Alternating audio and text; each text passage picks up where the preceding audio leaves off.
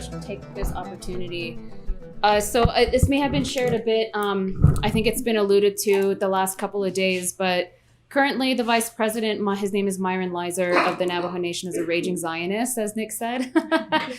And I think sometimes people are confused. I often get this question when I'm doing work on Palestine solidarity within the Native community, like, I can't believe Native people would support Israel. Like, why would any Native people or any Native nation support a colonizer, right? When we're fighting our own colonizer here in the United States. And what's in the context, at least of the Navajo Nation, there are other indigenous Zionists, in North America, in the United States and Canada. Here in the Navajo Nation, it has a lot to do with religion. It has a lot to do with the very successful missionization and Christianization of our people. And this is something we don't talk much about because it's very difficult. My own family, I'm only Diné or Navajo on my dad's side. My mom is white, but I grew up in this area. I grew up all around my Navajo family, but most of my Navajo family are Christian. And I don't know if this is common for my other Diné relatives in the room, but most of my Navajo family are fundamentalist Christian or Mormon. And so the Mormons and the different sects of Protestantism, also Catholicism, our Pueblo sisters last night, I think, talked about in a little bit in depth about the history of Catholicism, especially for Pueblo people. It's definitely one of the main sources of the violent heteropatriarchy that they experience in their Pueblos, in their communities. Their entire form of governance and their social relations are dictated, actually, by the Catholic Church, and still very much is. It's been incorporated into what's considered Pueblo tradition, right? And so this is what they're fighting against. Here, Catholicism is very strong, but I would actually say that it's fundamentalist Christianity. And there are mega churches now that did not exist 5-10 years ago as you come from Gallup into Window Rock. And if folks don't know, in the United States and certainly out here in the Navajo Nation, these fundamentalist Christian churches, the mega churches that are very much aligned with right-wing politics, right, at least in the United States, have also been aligned with the right-wing Zionist project of Israel and the settler colonial project of Israel. And so what happens is a lot of our relatives who go to church are indoctrinated into Zionism. I actually taught a chapter from Stephen Salaita's book, Internationalism, in my Introduction to Native American Studies class on Thursday. I have to teach again in the morning. And I had, I wasn't going hard. I was not going hard about Palestine. We were just talking about nationalism and internationalism, why a Palestinian person might be considered somebody we should read when we're talking about Native American studies. And an older woman, she grew up in Gallup, a Diné woman, she came up to me after class. She was really upset. And I don't profile my students. That's not my job. That's unethical. But I realized after just a couple minutes of talking to her, I was like, oh shit, she's Christian. Like, she's clearly a Christian, like the long skirt, like very conservative dressing. And I was like, oh, she might actually be like Jehovah's Witness or something like that. And I don't pay attention to those things because it's not my job. But she was telling me, she's like, this is very hard for me to talk about. She says, because I support Israel. She was talking about her experience in the church that she grew up in. And she's like, well, what does scripture say about this history, and all of these things? And I just had a very calm conversation with her about it. I've also had confrontational arguments with other Diné people about Palestine. And so the sentiment that she expressed, she was really, really unsettled, actually.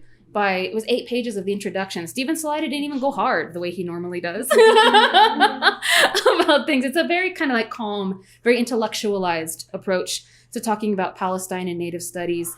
And so a lot of our relatives are in these churches. A lot of my own relatives are in these churches. And the narrative of Israel, right, the Holy Land kind of narrative is really strong, actually, here.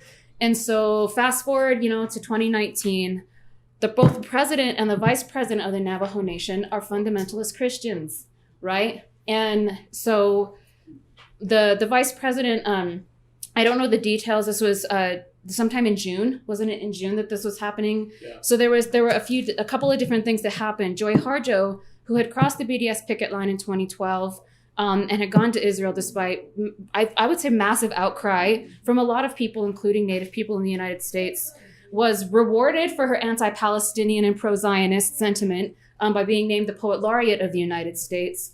And that very same week, in fact, Myron Lizer held a press conference that was brandishing the Israeli flag back at just about so it's 2019, so 6.5 years earlier. Ben Shelley, who was a former president of the Navajo Nation, was invited to go on a formal delegation. He and his wife, the first lady of the Navajo Nation, went to Israel under the auspice of learning agricultural technologies that we might be able to implement here in the Navajo Nation.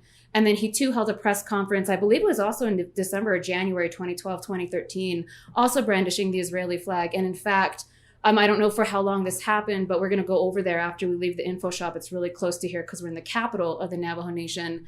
The Israeli flag was actually raised with the Navajo Nation flag and the flag of the United States for a time in the Navajo Nation.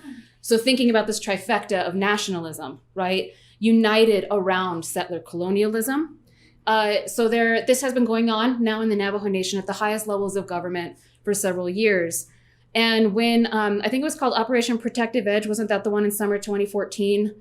The assault and the war on Gaza that was happening in the summer of 2014. There were just a few of us. Teresa Montoya, the one who came in here earlier and had to leave. It was Teresa, Brandon, myself, and another comrade of ours, Andrew Curley, all Diné people. We were so outraged that the lack of response, right? And this was coming very, very closely, just a little over a year after Ben Shelley's official delegation to Israel. We were like, we have to do something, So we staged a small protest here in Window Rock. And we called ourselves, at the beginning, Diné Solidarity with Palestine. We actually wrote some editorials to the Navajo Times, which is the newspaper that is widely read by all Navajo citizens who both live here on the reservation and folks who receive it in the mail who live off reservation. So we were trying to engage in a public discourse around Palestine and around Israel with our own people. And our little protest, there was like 5 or 6 of us. we had signs, as Brandon said. The spaces in Window Rock at that time, the info shop did not exist at that time. We actually made our signs in the park that's over here behind the president's office. It was a really hot day. I think the protest lasted for 2 or 3 hours. We had some Zionist Navajo people actually confront us both up there. We walked all the way down from the government offices to this intersection right over here, holding signs. We got some honks, from people who were in support. But the reality is that Navajo people just don't know. They don't know what or where Palestine is. They barely know what or where Israel is. And so it's only the people who are indoctrinated in these churches, who go to these churches, I think, who have a semblance of understanding, but really only through the Holy Land discourse. And so this is kind of the history of organizing around Palestine. So later in 2014, Red Nation was established. In 2015, the info shop was established, right? So we have this parallel history. And so Palestine has been at the center, I would say, of both of these developments, these political spaces in this region since that time. And we've had another protest. When was that? Was that last year, 2 years ago, with the huge Palestinian flag that was dropped from the rocks? When was that? Do you remember? 2015. 2015? The giant banner The giant banner drop. That was 2017. It's sorry, during the Great March of Return. Yes. Okay. So during the spring of 2017, during the Great March of Return, a Pueblo elder, seamstress, she actually made, it was like about a 20 or 30 foot wide Palestinian flag. And comrades from the info shop and then the Red Nation came here and staged a banner drop. We'll go up there and we'll see like the rocks there. There's actually the window in the rock. That's why this town is named this. Right behind the government administrative buildings for the Navajo Nation, and did a huge flag drop with the Palestinian flag in a show of solidarity. And that was circulated very widely and internationally. Had a lot of Palestinian relatives in Gaza who saw that and were incredibly moved by that show of solidarity. So some of the work we've been doing is just simple acts of solidarity, reminding our people that not everyone agrees with our government, right? Trying to be very critical of the narrative of Zionism that is taking hold within sort of the conceptions and practices of Navajo nationalism. And so this is just a little bit of history. Yeah, so this is kind of what's been happening in this region, particularly in our own nation. And, starting out with 5 or 6 of us doing this protest in front of the council chambers, then to being able to engage in larger networks of solidarity in the region. It has grown in the past 5 years. I think we could have been doing a better job kind of out in the deeper parts of the reservation, doing education. We have not taken on the churches. That is a very thorny thing to do. It's a thorny issue because the issue of Christianity amongst our people, especially because they're like our own relatives, I think is a very difficult issue to broach. I myself don't entirely know how to approach it, but nevertheless, as we continue to enter into the fray of talking about Palestine and the Navajo Nation, that is something that we will have to take on. And I see that as the responsibility and the duty of the Net people and Navajo people to do, to hold our own government accountable for its collusion with your people's ethnic cleansing is basically what's happening. And of course, we all know that Israel is a very, very successful and incredibly well-funded and well-resourced in its lobbying efforts in all sorts of places, to be able to promote the project of Zionism, to criminalize BDS, to criminalize any kind of solidarity work with Palestine. And so that is certainly happening out here, even though it may not seem like it is, through the vehicle of churches and out the highest levels of government.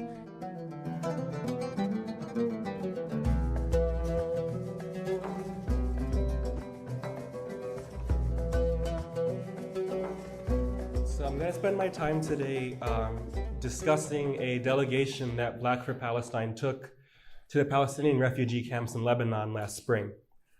And this ties together all of the themes and movements that we'll be hearing from today, which I'll speak about in a little bit. But first, just to say a little bit about Black for Palestine.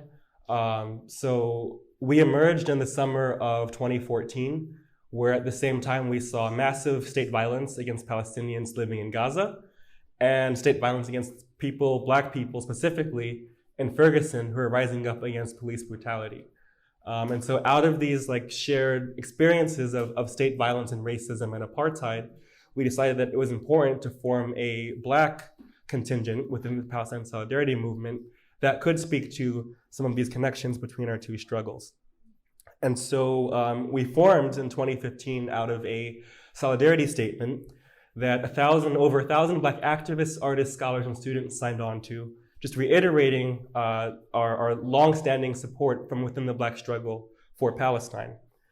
And in this statement, we said that the refugees' right of return to their homeland in present-day Israel is the most important aspect of justice for Palestinians. And if that doesn't make sense to you, I'll explain more as we go through the talk. But for us, we see the right of return as being a central component to the issue of justice for Palestine. And so kind of moving from that political direction, we said, well, if we believe in support for refugees and right of return, we need to engage with refugees that are living in exile outside of Palestine. And so for us, that meant arranging a delegation to the Palestinian camps in Lebanon. Lebanon actually, I think, has maybe the smallest Palestinian population out of all of the countries in the region, but they're among the worst treated in terms of how they fit into the larger society. And I'll speak about that in a little bit. But our delegation was a majority African delegation. It was also a majority woman delegation because we wanted to make sure that we're not replicating patriarchy in our international solidarity and in our movement building. Within this delegation, we had Africans from this continent and territory, as well as from South Africa and Zambia, because we wanted to make sure that we're building across the African diaspora at the same time as we're engaging in solidarity with Palestine. But in addition to that, we did have somebody from the Red Nation, which you'll hear from in a little bit, who is Dene, or from the Navajo Nation, join us, in addition to Palestinian and Lebanese Americans, so that we could try to build what we're trying to build here in this room today. And first, just to say a little bit about Palestinian refugees. So, most of us kind of know the story of 1948. I'll explain it in a little bit, but Palestinian refugees live in Lebanon, Syria, Jordan, even the West Bank and Gaza Strip. And we have refugees here in the room with us today. And many of the Palestinians that live in the region live in refugee camps, which across the board tend not to have access to water or electricity or sewage systems or basic education or any kind of basic right that you need to live in dignity. And specifically in Lebanon, Palestinians in Lebanon are barred from working in over, I think, 70 different jobs, including lawyers, doctors, and engineers. So that pretty much forces them into cycles of poverty and living on the margins of the Lebanese society. The camps are viewed as dangerous or scary, and so your average Lebanese citizen will refuse to enter a camp because they think they will be harmed or Palestinians are criminals. And so a lot of this rhetoric is rhetoric that's used against our communities in the so-called US and around the world. And so we felt it important to engage in solidarity with people in the refugee camps in Lebanon. So the purpose of our delegation was to have a two-directional or a twofold or a bidirectional exchange. Because a lot of the ways in which solidarity is presented, it's usually, oh, these poor suffering people, we need to help them, let us go and offer them something, or even let's take their stories of suffering and go back home and share them. And we wanted to disrupt that kind of, I don't have the best word for it, but we wanted to disrupt that model of solidarity and to say, no, we understand that you are struggling and suffering and that you need solidarity, but we also are here as people who are suffering from similar systems of poverty, of racism, and of exile. And so the point of this exchange was to share information about our movements and our histories in both ways. And that's one of the most powerful parts of the trip. But the trip was important because, in large part due to the fact that nobody wants Palestinian refugees to be educated, none of the youth knew the histories of our struggle as Black people, of the South African struggle. I said, hey, do you know what apartheid is? They said, what's apartheid? And I said, we literally spend hours arguing in the US over whether this word applies to your situation, and you've never heard of what the word means. And that's not their fault at all. But immediately, once I gave them some of the history, they began to identify with it right away. So you can't see it really well here, but right after I told these two brothers a little bit about the South African apartheid struggle, Abdullah, who's an artist, drew a painting that says Amandla with the Black Power fist on it. And I asked each of them to submit kind of art reflecting on what our exchange meant to them. This is from Muhammad, the older of the two. And that's from Abdullah, the younger of the two. They were 16 and 17 years old when we visited them in the camp. And so this trip had a profound impact on their consciousness as well as ours. So in addition to visiting Palestinians, we also made sure that we met with other people that were struggling against systems of injustice and for a common future. And one of those groups was the Lebanese Communist Party. And we did this because all of our movements, Black and Palestinian, South African, at their best understood that capitalism was a fundamental enemy of our people, and that in order to create a world in which we were free from these systems, we needed to create a new economic system. And so one of the points that the LCP drove home to us is that it is colonial to separate the history of Palestine from the history of the region. That Lebanon itself was the center of the Palestinian Revolution, cultural, political, and in many different forms, and that Lebanese people, specifically the Communist Party, contributed to the resistance of Israeli occupation. So the trip was a little serious, but it was also a little bit silly. I never thought I'd be in a picture like that one. Our mixtape's coming out next week.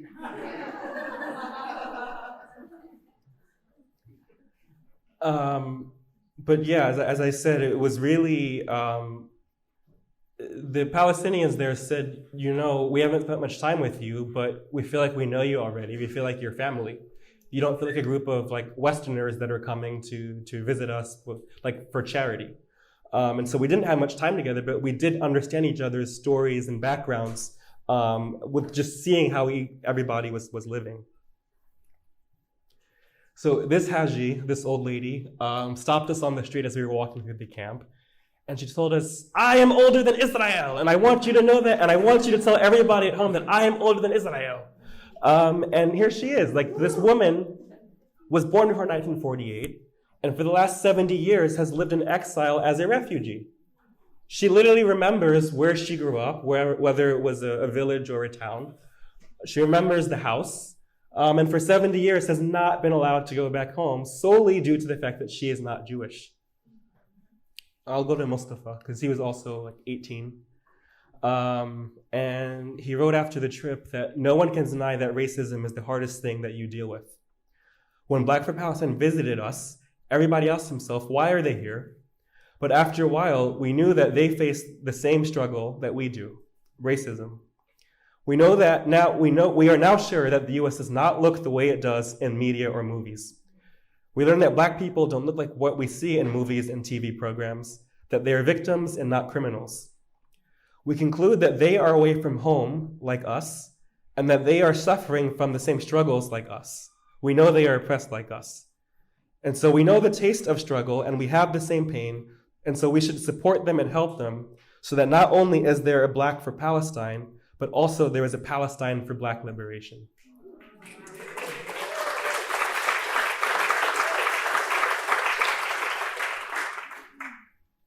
And so this was the whole point of the trip, that we and our movements have spent so long separated from one another. We used to be connected. In the 70s, the Black Panthers visited the camps in Lebanon, and Muhammad Ali visited the camps in Lebanon. And our movements were in coordination with each other. But due to the attacks that we faced over the last almost 50 years at this point, we've become separated. Our communities have become weakened. We don't know much about the rest of the world, much less our own struggle. And so this trip was intended to kind of re-spark some of those connections. But I do want to drive home the moral necessity for all of us to advocate for the right of return. When most of us in this country hear Palestine, we think of the occupation, and we think of Gaza, and we say the occupation has to end, and the siege in Gaza must end. And both of those things are true, but if they ended tomorrow, they wouldn't solve the core issue of injustice for Palestinians.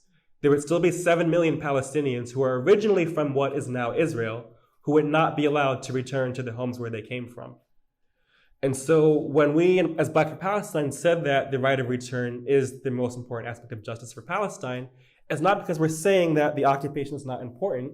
It's because we're saying that we have to get to the root cause of the issue, the fundamental injustice of the issue, to allow these people who should be living bright and beautiful lives, but for 7 decades have been living in camps and exile. These people deserve the right, as every refugee in the world deserves the right, to return back to their homes and to live in peace and to live in security.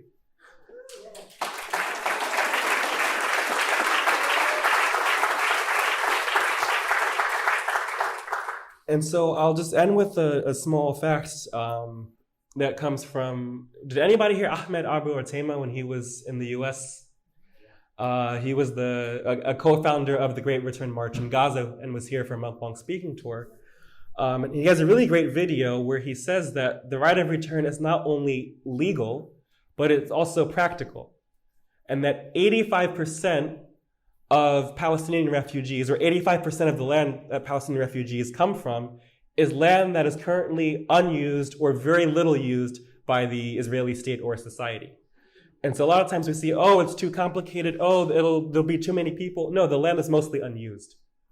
And so what we really have to overcome is this racist notion that somehow Palestinians being able to return to their homes is threatening to Jewish people. And we have to really demand the right to life, the right to home, and the right to return. And so if one thing that people take away from my talk is that in all of the work that we already do for Palestine is to raise the issue of refugees, is to raise the issue of right of return, and to really push back and to create the discourse where we can make it politically possible for the right of return to occur. Thank you. Good evening, everybody. How are you all doing today? First, I want to appreciate Mecca Middle East Children's Alliance for putting on this event. Commemorating a Nakba and connecting it to Black and Indigenous liberation is pretty significant. I want to first start by why I think this event in of itself is important for the Bay Area, for everyone here in the room, but also for our movements and how it is that we show up for solidarity. So first, it centers the colonial histories of our struggles, right, which is often not centered in specifically as we talk about Palestine.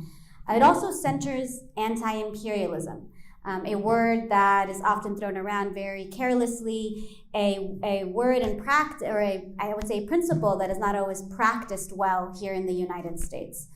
And we know that the West and capitalism was built on Black death, and that the US was built on colonialism and the ethnic cleansing of the indigenous people of this land. So as we're here today because we're talking about Palestinian human rights, the struggle for self-determination, and for people to live free of exploitation and structural violence, we know that we cannot fight for Palestine and against settler colonialism in the Arab world, against militarism and imperialism abroad without fighting its domestic manifestations right here in the United States, that being the violence against Black, brown, and indigenous people right here in our backyards. Do you all agree with me? Yeah. So this event and its timing is important because the US and Europe have managed to shift the narrative about the root cause of the struggle of the Palestinian people, away from that of dispossession, away from colonialism and military occupation, and one that sort of centers the conflict around states and political actors and the ways in which we can come to resolution amongst different states, right? So commemorating the Nakba is also honoring our history and supporting the anti-colonial struggle of the Palestinian people. We also know that Israel has attempted to co-opt many progressive movements across the world and present itself as a beacon of democracy to whitewash, pinkwash its racism, supremacist, and apartheid practices. And it's obliterated the Palestinian left, creating a historical amnesia about the history of internationalism that actually shapes the Palestinian struggle.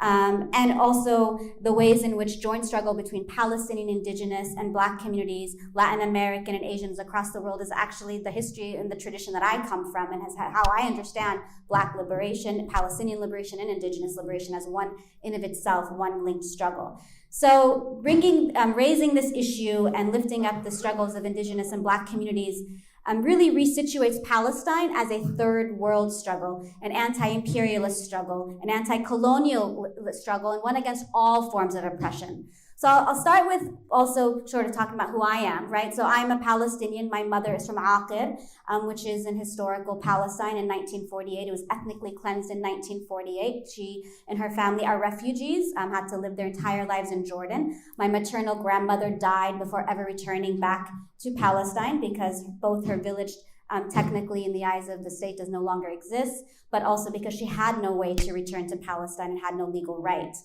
Even though she was a refugee who has under United Nations 194, we all know does have that right. My father is from the district of Jerusalem, from Bidirectional.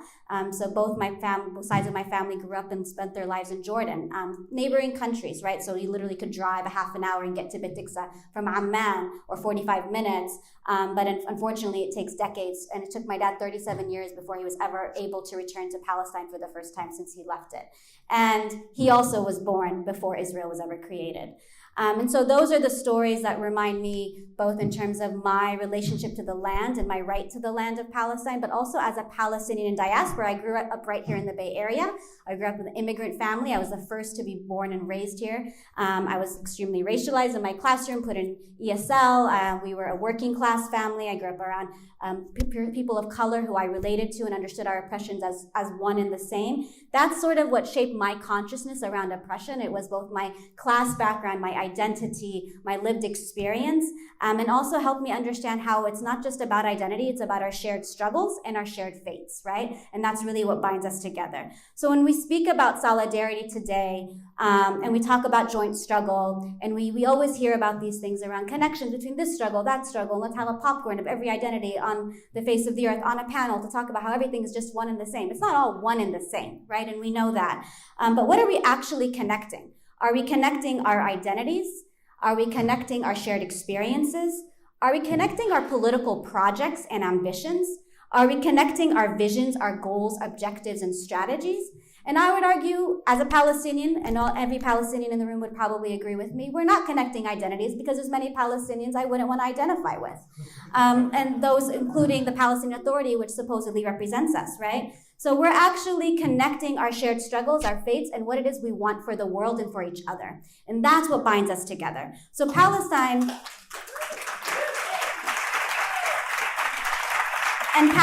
has always been that internationalist struggle that connects across movements. It's not a new sexy thing that just happened in the 2000s, right? It's not something that even started with BDS. This is really the part and parcel of how it is we fought together. And we understand also that now there's contradictions and questions that we have to grapple with in this political moment. And one of which is, I would say, that Israel was founded on the colonization of Palestine and the expulsion of Palestinians. It's a settler colonial project and must be challenged as such.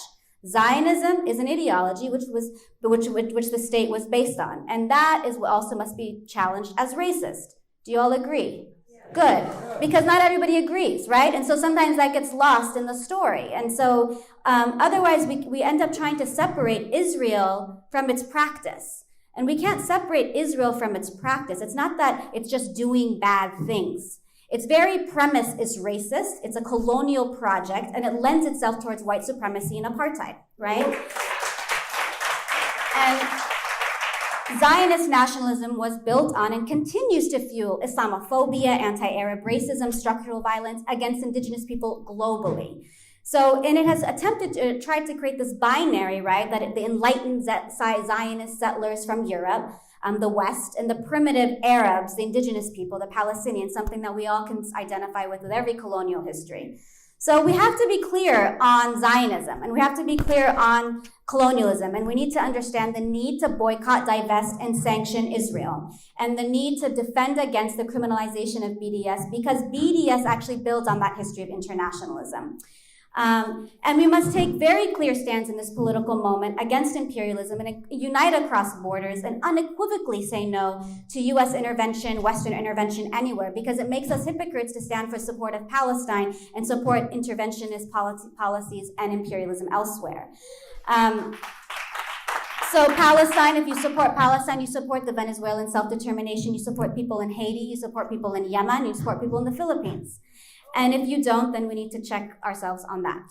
And we can talk about that more in the Q&A. So there's a lot of potential today, I think, for standing for Palestine, right? I think Palestine itself represents, for many people around the world, intifada. It represents uprising. It represents resistance. And in this political moment, it also represents resistance to the rise of authoritarianism globally. It represents resistance to fascism globally. It represents resistance to white nationalism and supremacy globally. So imagine what would be possible if we understood and united across our communities and understood the local manifestation of fascism and white supremacy as inextricably linked to the Zionist colonial project in Palestine and across the Arab world. And then we recommit ourselves to isolating Zionism in service of our struggles here against imperialism, white nationalism, and fascism and authoritarianism.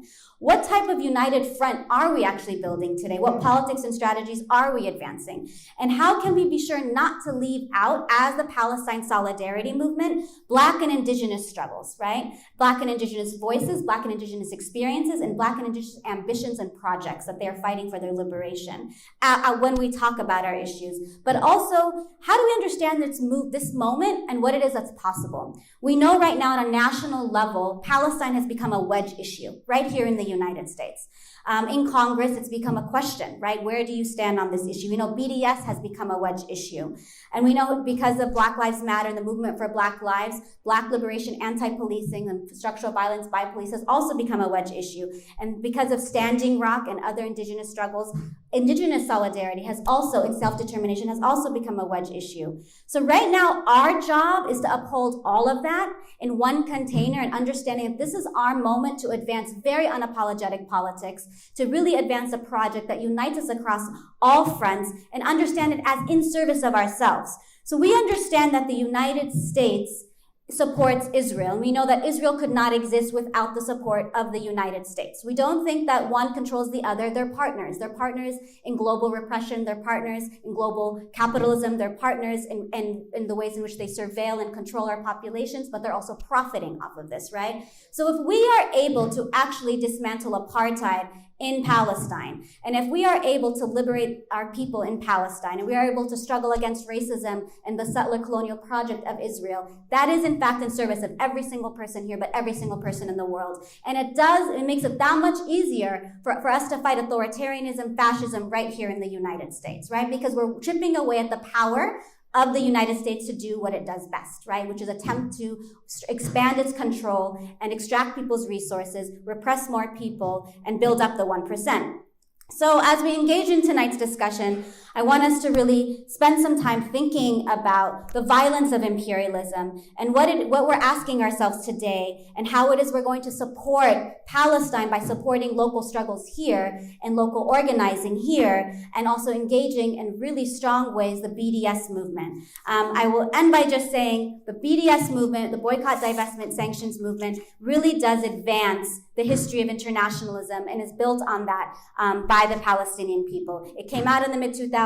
I would argue started in 1936 with the general strike in Palestine, and has a long history and tradition in all internationalist movements around colonialism.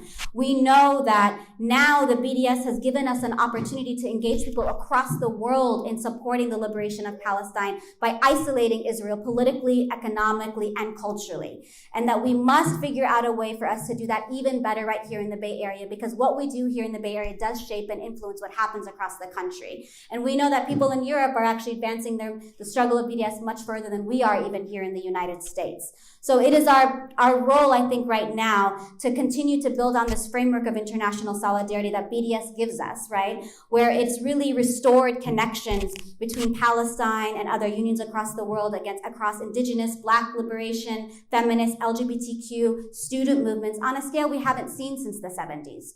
And so this really requires us to take it up one more notch to see that the liberation of Palestine and BDS as a tactic that we can all engage in and protect it against the criminalization. But that also means denormalizing Zionism in every place, shape, or form. So some of you may or may not be engaged in direct Palestine solidarity work. Some of you may. It's our job to integrate that in everything we do. So if we're doing work on environmental justice and a Zionist organization attempts to co-opt that movement, it's our role to challenge that and name that. And even if it means we might have to sacrifice our jobs. That's what's at stake right now in this political moment, right? In that we have to figure out alternatives to support each other so that we can actually defend and protect our movements against repression, against fascism and authoritarianism, but it also advance things and sacrifice what's necessary so that we do not continue to weaken our movements by normalizing Zionism everywhere we are. So I'll give you an example. Yesterday at City Hall, the Israeli flag was waved in San Francisco right on the front steps of City Hall all day long to commemorate the Independence Day for Israel, right? Right here in the Bay Area, the beacon of liberalism and progressive politics. So we have a lot of work to do, people. And I want to just take that up as like a reminder that we have a lot of work to do. Berkeley is no exception to that, as you all know. And it really is our job today to recommit ourselves to internationalism, understanding that it's not just this far away. I want to support Palestine and relief work in Palestine. I want to support the liberation and support the self-determination of all people of color, all oppressed people right here in my own backyard. Thank you.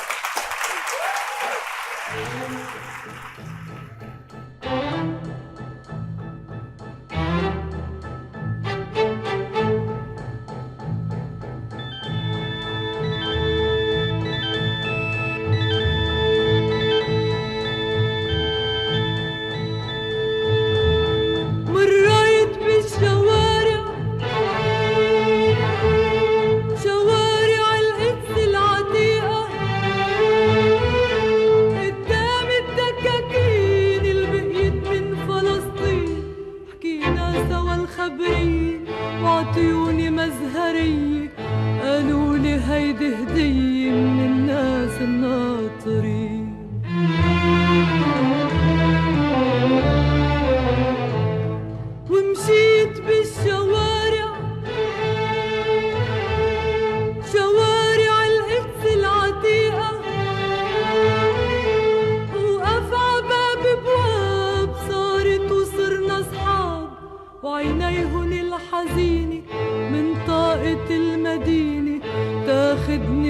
بيوديني بغربة العذاب.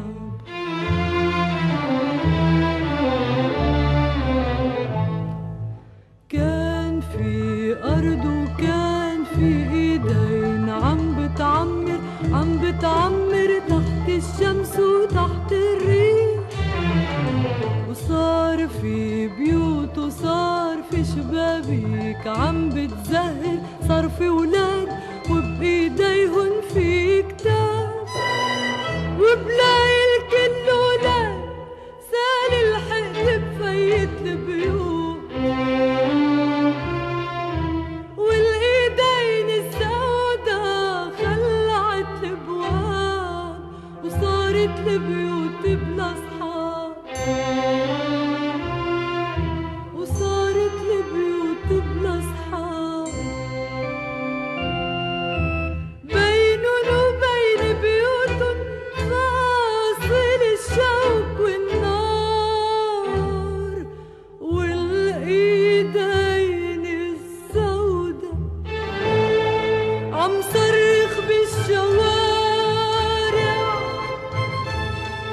شوارع القدس العتيقة،